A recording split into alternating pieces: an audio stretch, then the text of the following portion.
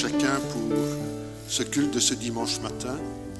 Que vous soyez habitués ou que vous soyez peut-être pour la première fois parmi nous, nous voulons vous accueillir et vous souhaiter à chacun la bienvenue. En guise d'introduction, j'ai choisi ce verset qui se trouve dans Matthieu au chapitre 28 et c'est la fin du verset 20.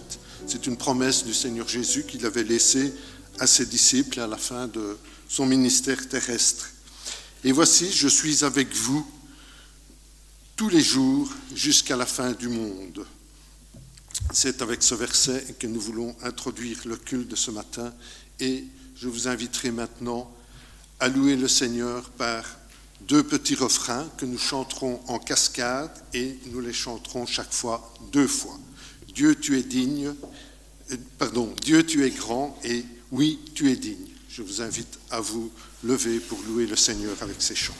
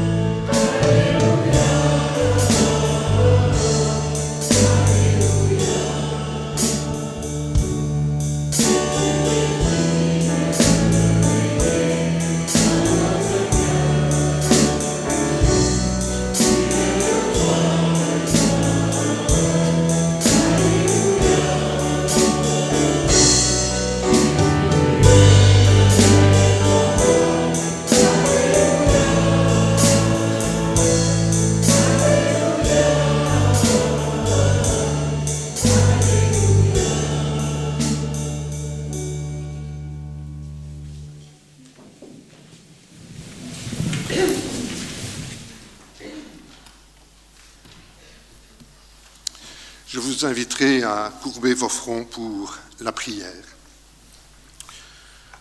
En effet, Seigneur notre Dieu, nous voulons te louer et te bénir parce que tu es grand.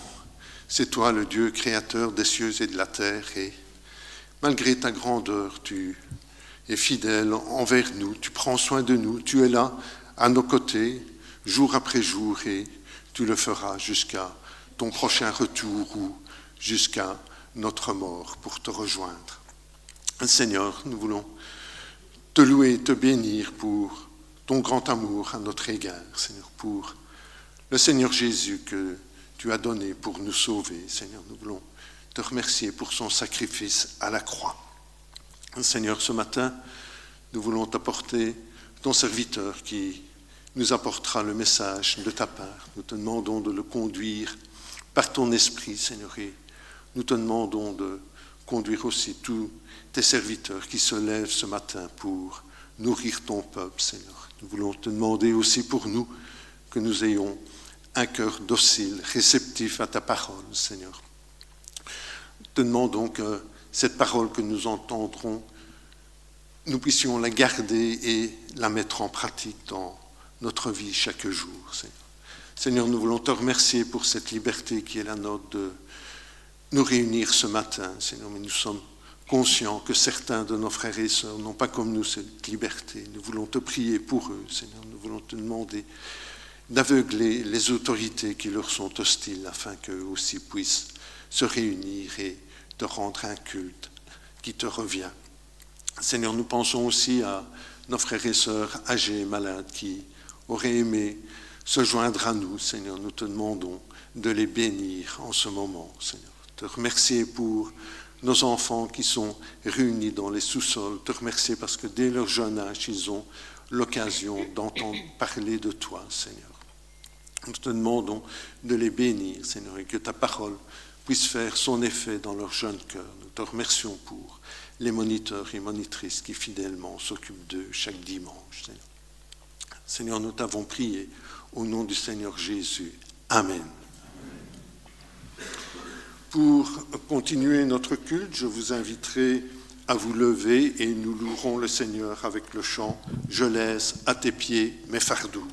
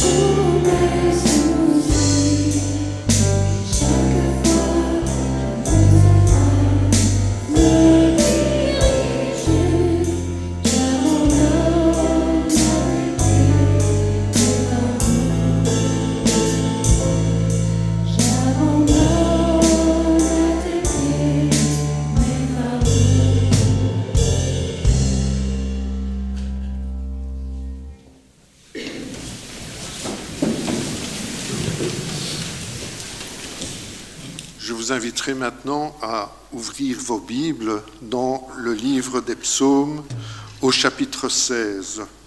Et j'ai choisi la version du Sommeur pour cette lecture.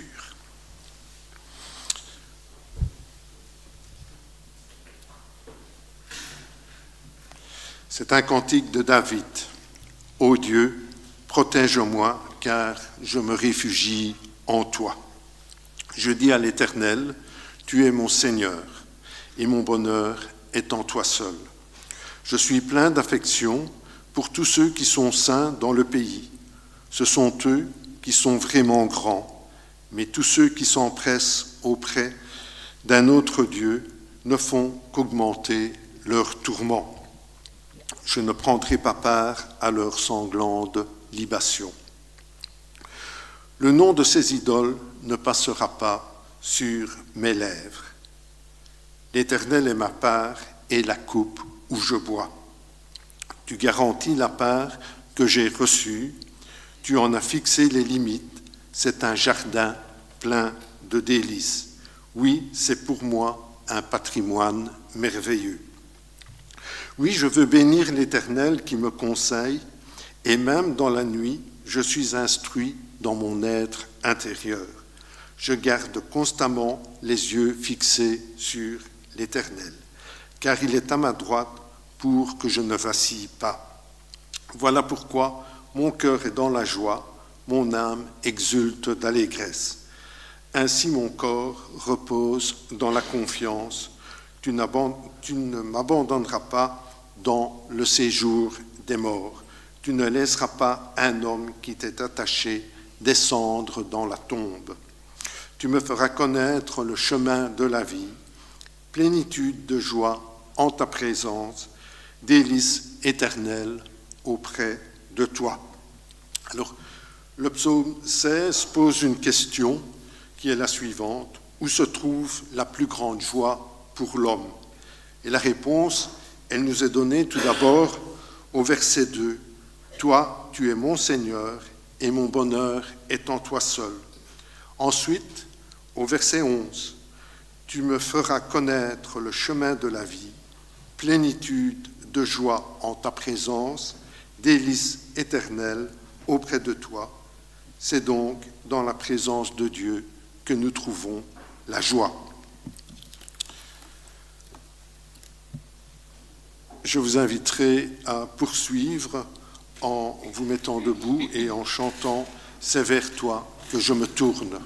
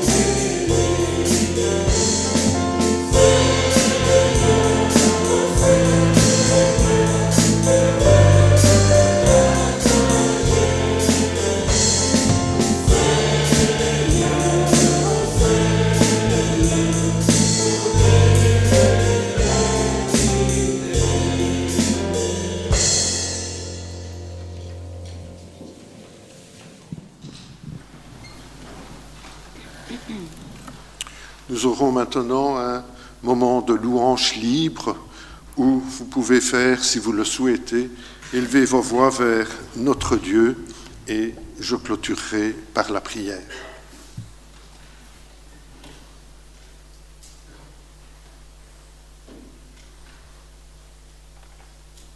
De notre Père, nous voulons te remettre le culte de ce matin entre tes mains. Que tout ce qui va être dit et fait, Seigneur, encourage nos cœurs. Merci, Seigneur, de nous donner cette possibilité de nous rassembler pour t'honorer et te célébrer. Nous te dirigeons encore toutes choses et que tu bénisses toutes les églises qui ce matin te célèbrent. Dans le nom de Jésus. Amen.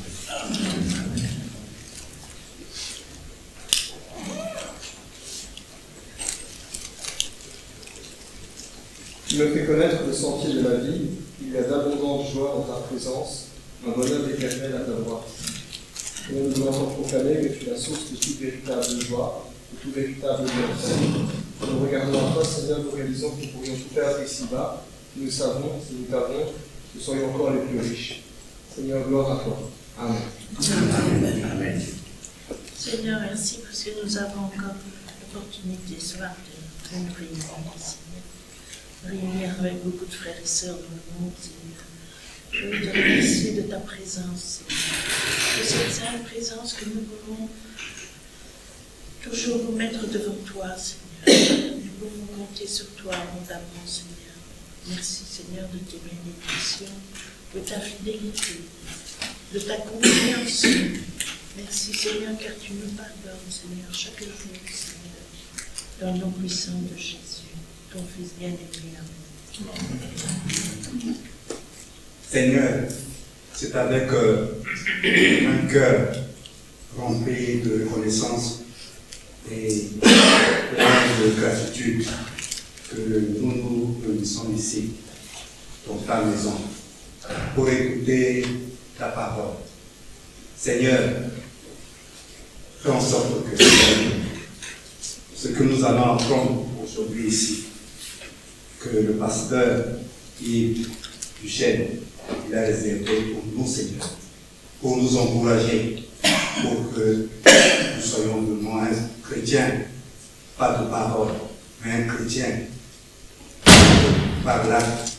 Aide-nous, Seigneur, à tout ce que nous allons apprendre ici sur toi, Seigneur, pour que cela percute notre cœur, Seigneur. Amen. Je te louerai de tout mon cœur, Seigneur mon Dieu, et je glorifierai ton nom à perpétuité. Amen.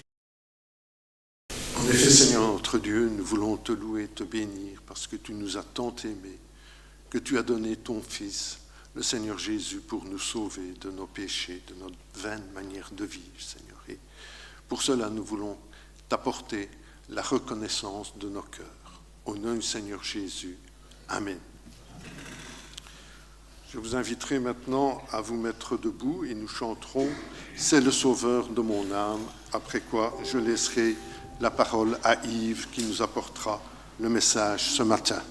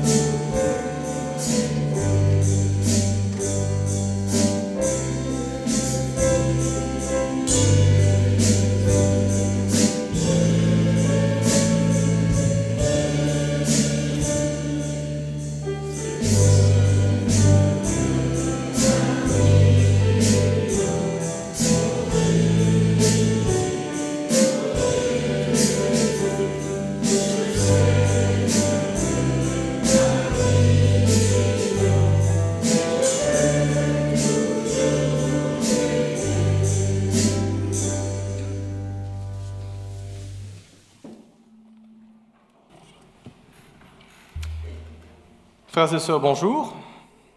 Oula, c'est pas trop fort, je me suis fait peur. Bienvenue aussi à nos amis, nos visiteurs, les internautes qui nous regardent aussi depuis leur domicile. Alors, ce matin, nous voulons nous mettre à l'écoute de ce que le Seigneur désire nous dire au travers de sa parole, la Bible. Et pour ce faire, nous allons retourner dans le Sermon sur la montagne, série d'enseignements que nous donnons depuis un petit temps, Pour ceux qui ne savent pas ce qu'est le sermon sur la montagne, c'est le discours le plus célèbre de Jésus. Souvent, quand on pense à Jésus, on se dit « Ah, c'est lui qui a dit que si on nous frappe sur la joue droite, il faut tendre la joue gauche. » Ça vient du sermon sur la montagne, et nous voulons en tout cas tirer dans ces paroles de Jésus-Christ nourriture pour nos âmes. Discours qui est très intéressant, juste 3 chapitres, et pourtant, c'est un sermon qui nous permet de faire un véritable check-up spirituel. Quand on se dit chrétien, quelqu'un qui dit « moi je suis chrétien, moi je crois en Jésus », eh bien la lecture du sermon sur la montagne nous permet de voir si effectivement on pense en chrétien, on agit en chrétien, on parle en chrétien. Alors dimanche dernier, nous parlions de l'argent et des richesses, si vous vous souvenez bien. Nous étions arrivés à Matthieu chapitre 6. Alors peut-être un court rappel de ce qu'on a vu la semaine dernière. Juste un verset que Jésus a dit, verset 21, Jésus à propos de l'argent, à propos des richesses, à propos des biens matériels, votre maison, votre voiture, votre smartphone, votre montre, votre compte en banque. Jésus dit, là où est ton trésor, là aussi sera ton cœur. Il y a cette invitation, quand on écoute Jésus, à réfléchir en se disant, mais tiens, c'est vrai, qu'est-ce qui dans ma vie a le plus de valeur? Sur quoi je me repose pour être heureux? Pour dire que j'ai réussi ma vie, pour dire que je suis en sécurité, que je suis en paix, que je suis heureux. Est-ce que c'est Dieu? Est-ce que c'est Jésus? Est-ce que c'est l'argent? Est-ce que c'est autre chose? Quand on y réfléchit, s'il y a bien une chose dans notre vie qui peut prendre la place de Dieu avec une facilité déconcertante, c'est l'argent. Pourtant, en apparence, on dirait que c'est pas religieux, l'argent, c'est quelque chose de très terre-à-terre. Et pourtant, il suffit d'un rien et toutes nos pensées, toute notre attention, tout notre temps, le plus clair de nos forces, c'est pour ça. Dans le monde, les richesses nous sont présentées comme étant la clé du bonheur, la clé de la réussite, la clé du plaisir, la fin de toutes les difficultés. Regardez la publicité pour Win for Life ou encore Euromillions. Peut-être que vous avez déjà une fois réfléchi à ça en disant « mais qu'est-ce que je ferais avec 200 millions d'euros sur mon compte ?» Quand on commence juste à réfléchir à ça, il y a nos émotions qui s'emballent. Et il y a plein de pensées qui nous viennent en tête et plein de désirs qui nous viennent en tête. Et en général, ces pensées, ces désirs et ces émotions, elles se réduisent à ça, acquérir, acheter, posséder davantage, encore et encore. Jésus attire ainsi notre attention sur le fait que l'amour des richesses est une voie sans fin. C'est un cycle. On tourne en rond, un peu comme un hamster dans sa roue, ça tourne en rond. On a envie de quelque chose, on fait tout pour le posséder, et au moment où on l'a, on finit par s'en lasser, alors on veut autre chose, et on fait tout pour l'avoir, et on s'en lasse, et ainsi de suite, et ainsi de suite. Un cycle, ou plutôt un tourbillon, dans lequel s'enfonce notre âme, jusqu'à ce qu'elle se perde loin de Dieu. Un peu comme quand on tire le bouchon dans la baignoire. Les richesses, dans l'histoire de l'humanité, laissent derrière elles les dépouilles sans vie de tous ceux qui ont couru après elles. Comme on voit dans les vieux films, ceux qui ont connu Indiana Jones par exemple, bon, j'espère que je ne suis pas si vieux que ça quand même, mais quand il entre dans un temple où il y a un trésor planqué, on trouve toujours des squelettes. C'était les aventuriers précédents qui ont essayé de trouver le trésor. C'est ça les richesses. Elles laissent dans leur sillon les dépouilles sans vie de tous ceux qui ont couru après elles. Et puis les richesses restent là, ici-bas, et elles cherchent de nouvelles proies à piéger. C'est pourquoi Jésus nous avertit très solennellement au verset 24, il nous dit « Vous ne pouvez pas servir Dieu et l'argent. » Nous, on a l'habitude de dire qu'on ne peut pas courir après 2 lièvres en même temps. Voilà, Jésus dira « Vous ne pouvez pas servir 2 maîtres en même temps. Soit Dieu est notre maître, soit il ne l'est pas. » Il en est ainsi parce que Dieu nous aime jalousement. Il est jaloux. Et on ne peut pas aimer Dieu d'un cœur partagé. Pour vous qui êtes mariés, imaginez, vous êtes là sur un banc, je ne sais pas moi, petit après-midi en amoureux, on regarde des pigeons dans le parc par exemple, et puis vous dites à votre conjoint, tu sais, je t'aime à 60%. C'est pas mal 60%. À l'université, avec 60%, vous avez votre diplôme. 60%, c'est quand même 6 fois sur 10. C'est pas mal, je t'aime à 60%. Pourtant, on sent quand même que ça ne va pas bien se passer avec une phrase pareille. C'est la même chose avec Dieu. On ne peut pas l'aimer lui et on ne peut pas aimer l'argent en même temps. C'est pas oh, Seigneur, ce sera du 50-50 ou ce sera 60% ou 70% pour Dieu, 40%, non. C'est pas comme ça que ça marche. Dieu nous veut entièrement, autant lui s'est donné entièrement pour nous à la croix. C'est un amour total. Et c'est ce que Jésus dira, le plus grand commandement. Tu aimeras le Seigneur ton Dieu de tout ton cœur, de toute ton âme, de toute ta force et de toute ta pensée. Et cet amour se vérifie aussi dans notre manière de gérer l'argent, dans notre manière de considérer les richesses et les biens matériels. Je dirais même que c'est le meilleur thermomètre qui nous permet de prendre la température. Un pasteur disait que le compte en banque est le thermomètre de notre âme. Tiens, c'est bien dit, ça fait vraiment écho à ce que Christ dit. Nous poursuivrons ainsi notre lecture de ce que Jésus dit à propos de l'argent et nous étions arrivés au verset 25. Matthieu, chapitre 6, à partir du verset 25, et nous lirons jusqu'au verset 34. Jésus dit ceci, « C'est pourquoi je vous dis, ne vous inquiétez pas de ce que vous mangerez et boirez pour vivre, ni de ce dont vous habillerez votre corps. La vie n'est-elle pas plus que la nourriture, et le corps plus que le vêtement ? Regardez les oiseaux du ciel. Ils ne sèment pas et ils ne moissonnent pas. Ils n'amassent rien dans des greniers, et votre Père céleste les nourrit. Ne valez-vous pas beaucoup plus qu'eux ? Qui de vous, par ses inquiétudes, peut ajouter un instant à la durée de sa vie ? Et pourquoi vous inquiétez au sujet du vêtement ? Étudiez comment poussent les plus belles fleurs dans les champs. Elles ne travaillent pas et elles ne tissent pas. Cependant, je vous dis que Salomon lui-même, dans toute sa gloire, n'a pas eu d'aussi belle tenue que l'une d'elles. Si Dieu habille ainsi l'herbe des champs qui existe aujourd'hui et qui demain sera jetée au feu, ne le fera-t-il pas bien plus volontiers pour vous, gens de peu de foi ? Ne vous inquiétez donc pas et ne dites pas « Que mangerons-nous ? Que boirons-nous ? Avec quoi nous habillerons-nous » En effet, tout cela, ce sont les membres des autres peuples qui leur cherchent. Or, votre Père céleste sait que vous en avez besoin. Recherchez d'abord le royaume de Dieu et sa justice, et tout cela vous sera donné en plus. Ne vous inquiétez donc pas du lendemain, car le lendemain prendra soin de lui-même. À chaque jour suffit sa peine. Amen. Je vous invite à prier. Notre Dieu, nous voulons encore nous tourner vers toi et nous mettre à l'écoute de ta parole. Combien ce que tu dis ici est pertinent, Seigneur. Combien les préoccupations, les soucis d'argent, de biens matériels, de travaux, de dettes, de prêts, Seigneur Dieu, sont des choses qui nous préoccupent tellement, surtout au début du mois et à la fin du mois.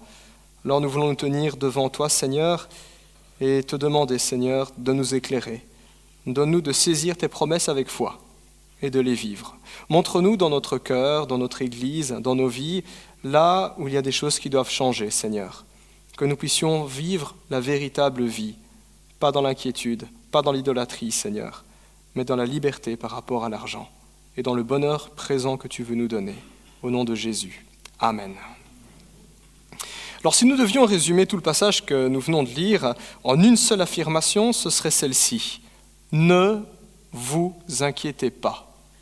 Jésus le dit à pas moins de 5 reprises. Verset 25, verset 27, verset 28, verset 31, verset 34. Et je pense que le dire 5 fois, ce n'est pas encore assez suffisant. Qui ici peut dire, moi je n'ai pas d'inquiétude, je n'ai pas de souci, tout va bien. Je ne me fais jamais du mouron. C'est difficile, hein ? C'est difficile. Très difficile. Jésus met ici l'inquiétude en corrélation avec l'argent. Et ça ne forme pas un bon cocktail. Inquiétude et argent, ce n'est pas du tout un bon cocktail. Parce que l'argent, voyez-vous, ne fait pas que séduire pour nous asservir. Ça, c'est ce qu'on a vu la semaine dernière. L'argent qui nous promet l'attrait des richesses, le bonheur. L'argent ne fait pas que séduire pour nous asservir. L'argent se nourrit aussi de nos peurs et de nos inquiétudes.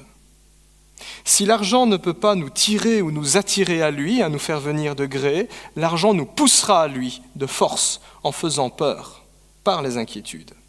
Ainsi, une personne qui est dominée par l'appât du gain, ce n'est pas forcément ce riche qui exhibe fièrement ses possessions, ma dernière voiture de sport, ma nouvelle villa dans les Seychelles. Oui, c'est peut-être quelqu'un qui vit pour l'appât du gain, mais pas forcément. Une personne dominée par l'argent peut être également ce pauvre dont l'obsession du soir au matin est l'argent dont il manque et des biens dont il rêve. L'amour de l'argent se ferait bien des chemins pour dominer notre âme. Si ce n'est pas le désir, si ce n'est pas la tentation, ce sera la convoitise, ce sera l'inquiétude, ce qui me manque, et ça obsède nos pensées, ça définit tout le cours de notre existence, notre emploi du temps, nos stratégies, la manière dont on va déployer nos forces. Alors ça ne veut pas dire que l'argent et les biens matériels sont de mauvaises choses. Remarquez qu'à aucun moment Jésus dit l'argent c'est mal, les biens matériels c'est mal. Ce que Jésus condamne, c'est l'obsession pour ça, l'amour pour ça, le regard qui n'est focalisé que sur ça. Tout dépend donc de l'usage qu'on fait de l'argent. Tout dépend de l'importance qu'on lui accorde. Tout dépend de la priorité qui lui est donnée. S'il ne faut pas courir après l'argent, force est de constater qu'on en a besoin. On vit en Belgique au XXIe siècle et ce sera très difficile de vivre en Belgique hors système. Nous avons besoin de l'argent. Et les paroles de Jésus que nous venons de lire, justement, elles font écho à la légitimité de nos besoins. Nous avons besoin de nourriture. Voilà, essayez de ne pas manger, vous n'allez pas vivre très longtemps. 3 semaines maximum, paraît-il. Nous avons besoin de vêtements, bien sûr. Nourriture, vêtements, Jésus le cite. Mais nous pourrions aussi allonger la liste. On a besoin de se chauffer. Cette semaine, les températures, elles ont bien descendu. Peut-être que vous avez allumé le chauffage. Puis vous vous êtes dit combien il est le gaz, le mazout, l'électricité maintenant. On a besoin de se chauffer, on a besoin de se soigner, médicaments, médecins, dentistes et compagnie. On a besoin de se déplacer. Voilà, c'est fini maintenant les petits villages où il y a tout à proximité, il faut aller à côté, il faut monter en ville, il faut se déplacer, ça coûte, il faut payer tout cela. On a besoin de s'éduquer, les métiers sont de plus en plus complexes aujourd'hui, c'est étonnant. À l'époque, il y avait moyen de travailler à la mine sans instruction, on prenait une pioche et on tapait dans le charbon. Aujourd'hui, vous avez vu tous les diplômes qu'il faut pour travailler dans une mine, quand les mines existent encore. Il faut minimum un bachelier, les métiers deviennent de plus en plus complexes, il faut s'éduquer. Sans argent, pas possible de payer ses factures. Sans argent, pas possible de rembourser non plus ses dettes. Être chrétien aujourd'hui, ça ne veut pas dire fuir la société, se couper du monde, quitter le système économique. Ce n'est pas possible. C'est de plus en plus globalisé, mondialisé d'ailleurs.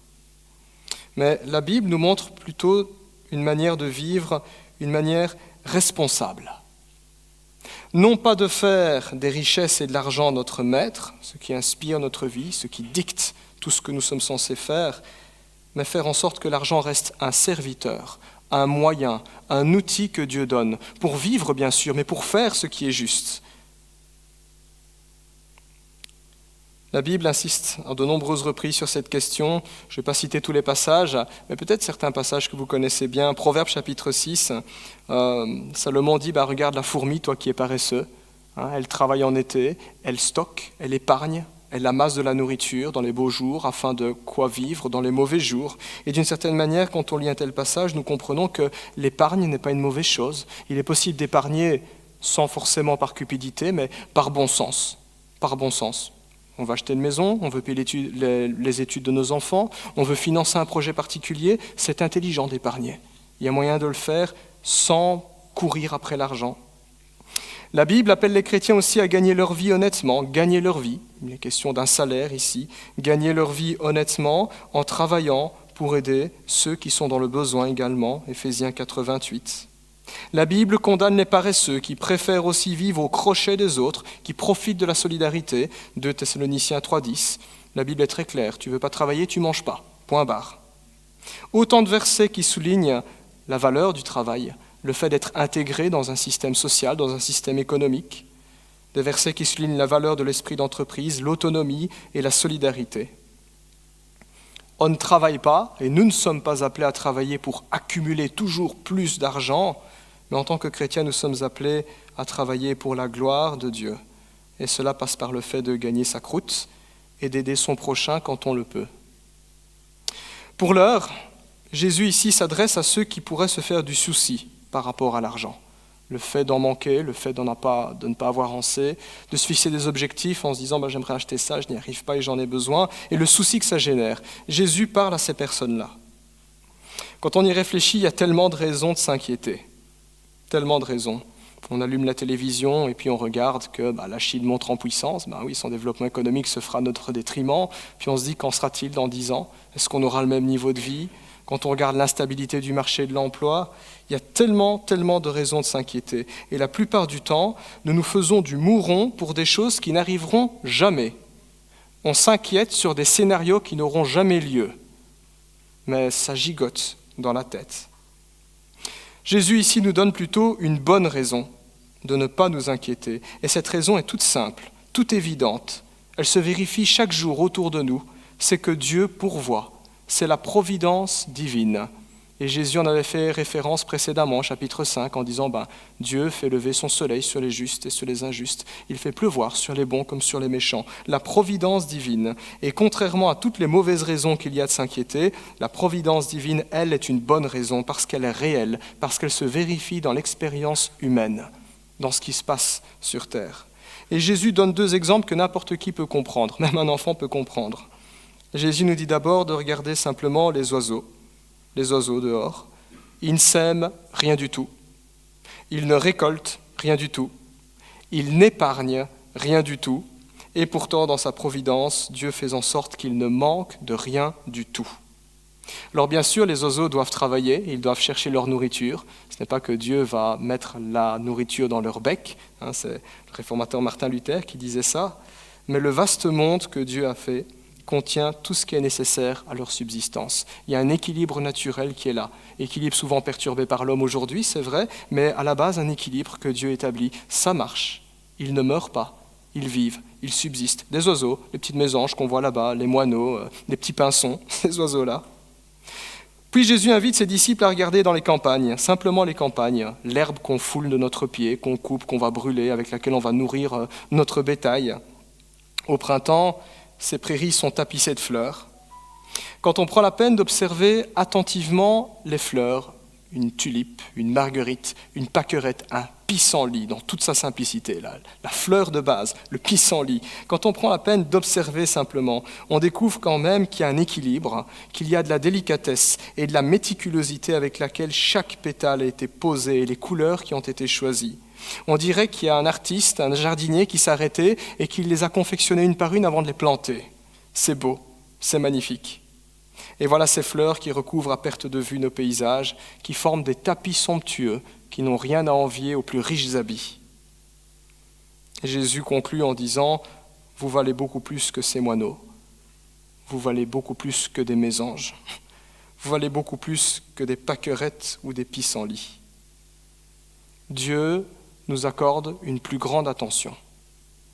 Dieu nous accorde une plus grande attention et bien plus d'importance que les oiseaux ou que les plantes, parce qu'il nous a fait à son image, parce qu'il nous a établis au-dessus de sa création pour refléter sa gloire, pour parler de ce Dieu-là, pour être aussi les objets de sa providence, de sa sagesse extraordinaire. Ephésiens 3,10 nous dit que l'Église, d'ailleurs, le peuple de Dieu, est la démonstration de la sagesse infiniment variée de Dieu, sagesse pleine de bonté, pleine de grâce, pleine de bienveillance, pleine de sainteté.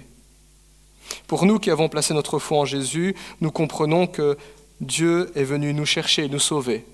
Pas les plantes, pas les animaux, pas notre chat, même si on l'aime bien. C'est pour nous qu'il est venu. Par sa mort, par sa résurrection, il a vaincu le péché, la mort et le diable. Alors nos préoccupations matérielles ne sont vraiment pas un problème pour Dieu. Nos préoccupations matérielles ne sont vraiment pas un obstacle, quelque chose sur lequel il va buter en disant « oui, c'est vrai que ça coûte cher, j'ai pas assez, désolé, je ne pourrai pas t'aider ». Dieu n'est pas à ce niveau-là. En Agée, chapitre 2, verset 8, le peuple d'Israël connaît la misère à cause de sa désobéissance. Et Dieu leur appelle à reconstruire le temple et le peuple se réalise qu'ils n'ont pas assez de ressources. Et Dieu dira par la bouche de son prophète « L'or et l'argent m'appartiennent. Montez, faites-moi confiance, allez-y ». Malachie, chapitre 3, verset 10, le peuple connaît encore des difficultés et Dieu leur dit « Mettez-moi à l'épreuve et vous verrez si je n'ouvre pas pour vous les écluses célestes. » Allez-y, dit Dieu, on fait le test, on fait le pari. Et c'est encore le même pari que nous retrouvons ici dans le sermon sur la montagne. Dieu nous met au défi de lui faire confiance. Il nous dit « Vous avez des besoins ?» Dieu dit « Je le sais, mais faites-moi confiance. » Si Dieu se soucie des oiseaux et des prairies, à combien plus forte raison n'assistera-t-il pas ceux pour qui il a donné sa vie ? Il ne nous a pas sauvés pour que nous finissions misérablement. Là est l'attention du Christ dans ce passage. Il veut nous rappeler que Dieu se soucie de nos besoins. Ça veut dire que ce n'est pas mon souci, c'est son souci. Ce n'est pas mon problème, c'est le sien, parce qu'il l'a promis, parce qu'il en a pris l'engagement. S'inquiéter pour ces questions-là ne relève pas de notre responsabilité chrétienne, mais elle relève de l'engagement que Dieu lui-même a pris de pourvoir. En réalité, l'inquiétude, elle naît dans notre cœur, dans nos pensées, lorsque nous oublions cela. lorsque nous oublions que Dieu est là, que Dieu pourvoit, que Dieu nous appelle à lui faire confiance. Lorsque nous laissons des pensées brouiller notre esprit, et ces pensées, ce sont souvent les mêmes, on se demande, et si Dieu ne faisait rien, Et alors là, on se dit, alors il faudra peut-être que je fasse quelque chose. Ou parfois, on se dit, et si Dieu faisait quelque chose, mais pas assez vite, parce que moi, c'est maintenant que j'ai besoin. Ou parfois, on se dit, ok, peut-être que Dieu va faire quelque chose, peut-être que Dieu va le faire maintenant tout de suite, mais peut-être qu'il n'en fera pas assez. Et c'est quand ces pensées-là viennent en tête que l'inquiétude s'installe, et le réflexe est très humain, on cherche à pallier les manquements de Dieu, entre guillemets, comme s'il ne tiendrait pas parole. À nos âmes inquiètes, nous devons nous rappeler que Dieu agit toujours au bon moment. Il nous secourt au temps convenable. Et il nous secourt toujours de la bonne façon. Parfois et très souvent, beaucoup mieux que ce qu'on aurait pu penser ou imaginer. En Hébreux chapitre 13, verset 5, la Bible dit ceci, que votre conduite ne soit pas guidée par l'amour de l'argent. Contentez-vous de ce que vous avez, c'est souvent ça le problème. On en veut toujours plus, car l'Éternel a dit « Je ne te délaisserai pas, je ne t'abandonnerai pas ». Le roi David, dans le psaume 37, écrit « J'ai été jeune, j'ai vieilli, dit-il, je n'ai jamais vu le juste ni ses enfants mendier leur pain. » C'est son expérience, il dit « J'ai observé ces choses-là ». Jésus poursuit, et il veut nous dire que si nous nous inquiétons, eh bien, ça ne changera rien. Ça ne sert à rien, l'inquiétude. L'inquiétude nous fait passer à côté de la vie. Verset 25, le Christ dit « La vie n'est-elle pas plus que la nourriture et le corps plus que le vêtement ?» La vie, c'est autre chose que simplement une assiette. C'est autre chose qu'une veste ou un manteau. La vie est beaucoup plus précieuse, beaucoup plus sophistiquée que ça. La nourriture et le vêtement, l'argent, les biens matériels sont utiles à la vie. C'est vrai, ils sont utiles à la vie, mais ils ne constituent pas la vie. C'est des choses, c'est des outils. Notre âme ne se réduit pas à cela. Malheureusement, à cause de leur inquiétude, beaucoup passent le plus clair de leur temps à vivre pour avoir de quoi vivre. C'est absurde, parce qu'en voulant vivre ainsi, on oublie de vivre. Et ça, c'est le mode de vie à l'occidental. Tu vis pour avoir des choses qui te donnent le sentiment que tu vis, et ainsi de suite, et ainsi de suite, et ainsi de suite. Absurde. La vie n'est-elle pas plus que tout cela ? Voilà ce que nous dit Jésus. Votre inquiétude vous fait oublier cela, la véritable valeur de votre vie. Verset 34, Jésus dira « Ne vous inquiétez donc pas du lendemain, car le lendemain prendra soin de lui-même. À chaque jour suffit sa peine. » On a du mal. À chaque jour suffit sa peine.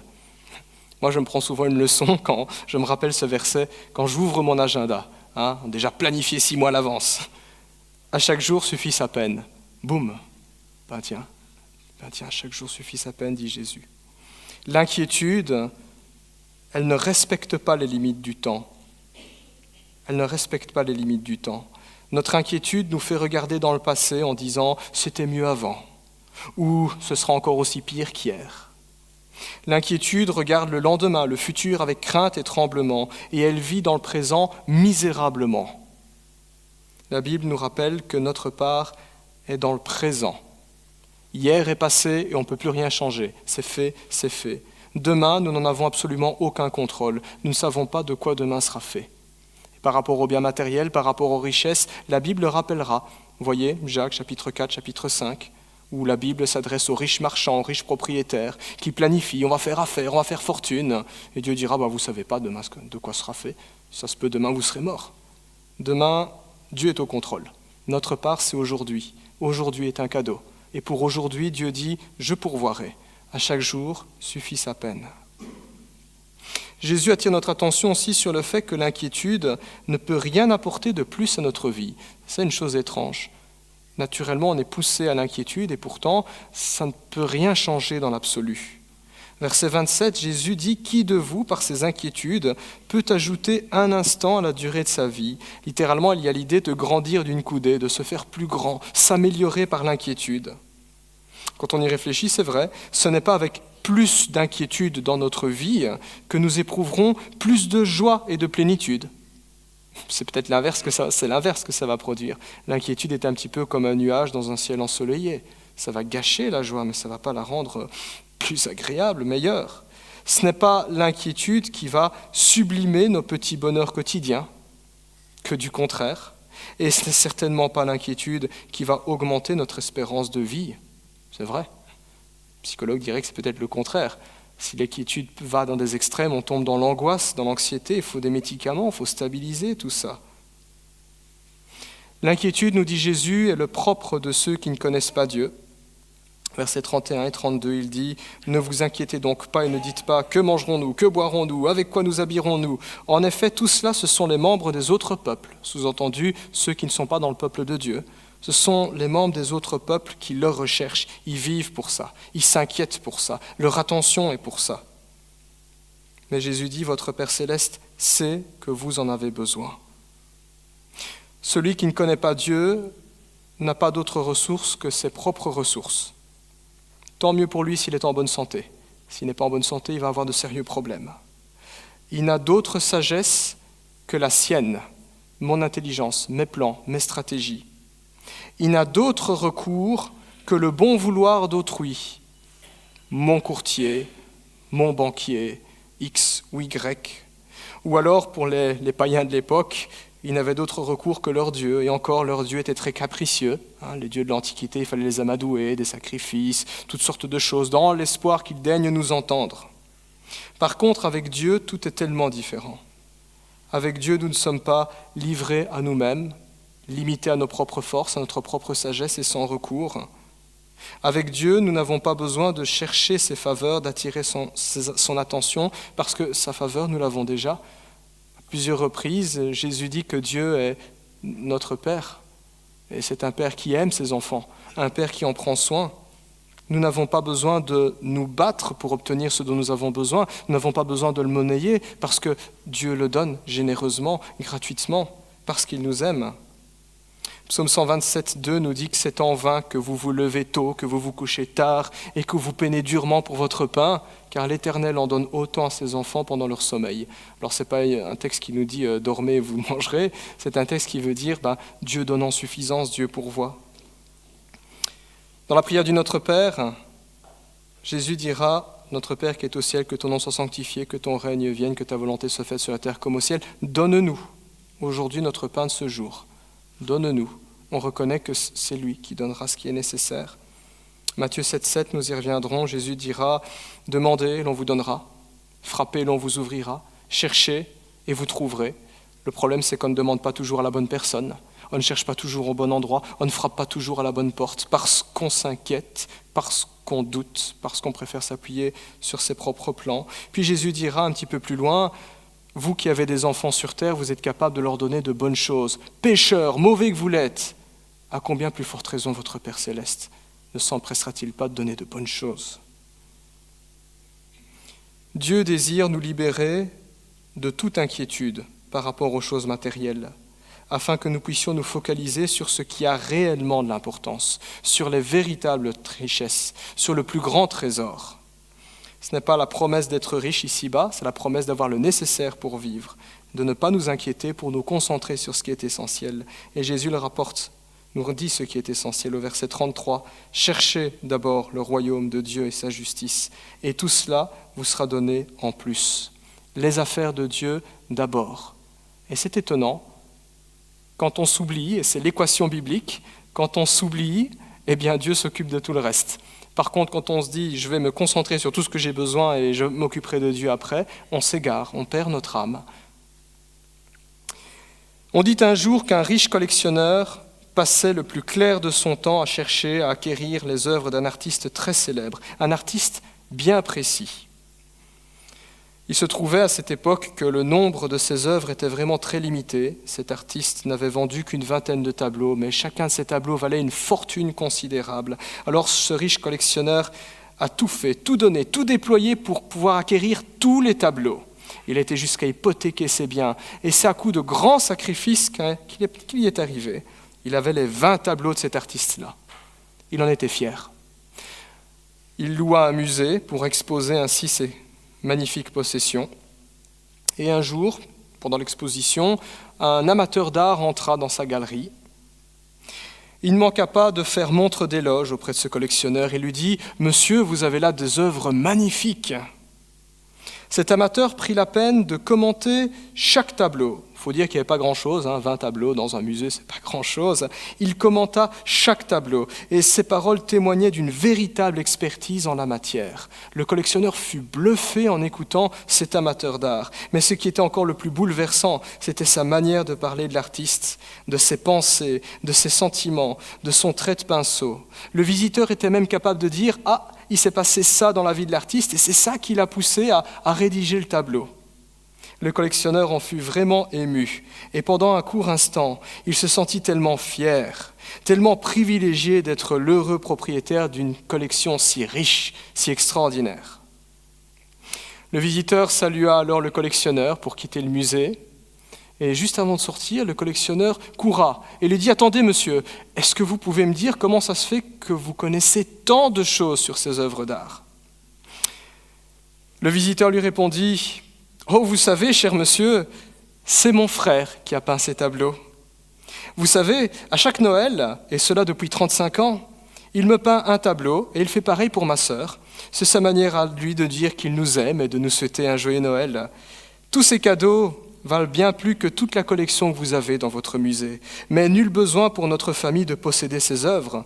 Connaître notre frère est infiniment plus précieux et voir son travail ainsi exposé dans votre musée nous remplit de joie. » Le riche collectionneur resta sans voix, lui qui avait déployé toute sa vie, tout hypothéqué, tout vendu pour acquérir ces tableaux. Il n'en savait rien sur ces tableaux et il n'avait pas la meilleure part. Chers frères et sœurs, n'oublions jamais que tout bienfait, tout don parfait vient de Dieu. Le plus grand trésor ne réside pas dans l'acquisition, dans l'accumulation des biens ici-bas, mais dans la connaissance et dans la compagnie du Très-Haut, de celui qui a créé ces choses-là, qui les permet et qui en dispense comme bon lui semble. C'est cela, rechercher son royaume et sa justice. C'est là le meilleur et le plus précieux de tous les cadeaux, le connaître, être réconcilié avec Dieu. Quand on connaît Dieu et quand on a confiance en Dieu, sa générosité se renouvelle sans cesse, au point qu'il donne même ce que nous n'avions pas demandé et qu'il comble notre âme de bonheur, comme ce frère qui, chaque Noël, peint un tableau d'une immense fortune à son frère et à sa sœur, et s'avance s'accumulant d'année en année, alors qu'ils n'ont rien demandé et n'ont rien payé. Comme le dit Jésus, « Et toutes ces choses vous seront données en plus. » Voilà l'invitation du Christ, faire confiance au Créateur, faire confiance à l'artiste, faire confiance à celui qui n'est pas un étranger pour nous, mais celui qui est devenu en Jésus-Christ notre Père. Il fait mieux que nous offrir un tableau à Noël. Il nous comble, mais il nous appelle à vivre cette relation avec lui faire confiance, chercher son royaume et sa justice. Puissions-nous ainsi laisser nos inquiétudes et nos besoins à Dieu, c'est son affaire. Il prendra soin de nous. Et puissions-nous nous focaliser sur ce qui a véritablement de l'importance, son royaume et sa justice. Amen. Je vous invite à prier. Merci pour ta parole, Seigneur, ce matin. Tu nous bouscules dans notre manière de vivre et dans nos priorités. Combien, Seigneur, nous entrevoyons dans tes promesses un rayon de soleil, et un rayon de soleil qui parfois, dans le nuage de nos inquiétudes, nous paraît tellement lointain. Nous avons encore du chemin et nous avons besoin de toi. Seigneur, merci de nous avoir rappelé que tu es digne de confiance. Que ce rappel ne reste pas simplement une information théorique, on sait qu'elle est là quelque part dans notre pensée, mais qu'elle devienne la réalité de notre vie, qu'elle soit le fil rouge, Seigneur Dieu, vivre en dépendant de toi, vivre en étant reconnaissant, Seigneur, de tout ce que nous avons déjà, vivre, Seigneur Dieu, dans la confiance pour le lendemain, parce que toi tu y es déjà, tu dis que je suis, tu es. Seigneur, apprends-nous ainsi à te confier par la foi nos lendemains. Merci parce que tu pourvois. Apprends-nous à ne pas faire de l'argent, Seigneur, le centre de gravité de notre vie, mais que l'Évangile le soit. Que ce ne soit pas, Seigneur Dieu, des soucis financiers qui soient le centre de notre vie, mais la bonne nouvelle du salut, Seigneur. Cette joie présente que tu veux nous donner, nous la voulons, Seigneur. Merci parce que cette bénédiction nous est acquise. Merci parce que tu nous aideras, Seigneur Dieu. Au nom de Jésus. Amen.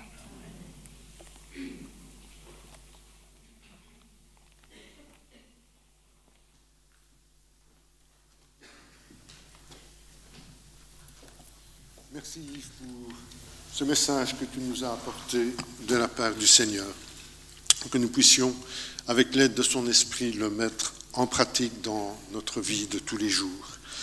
Avant de partager le pain et le vin, je vous inviterai à vous lever et nous louerons le Seigneur avec le chant « Viens m'apprendre à t'aimer ».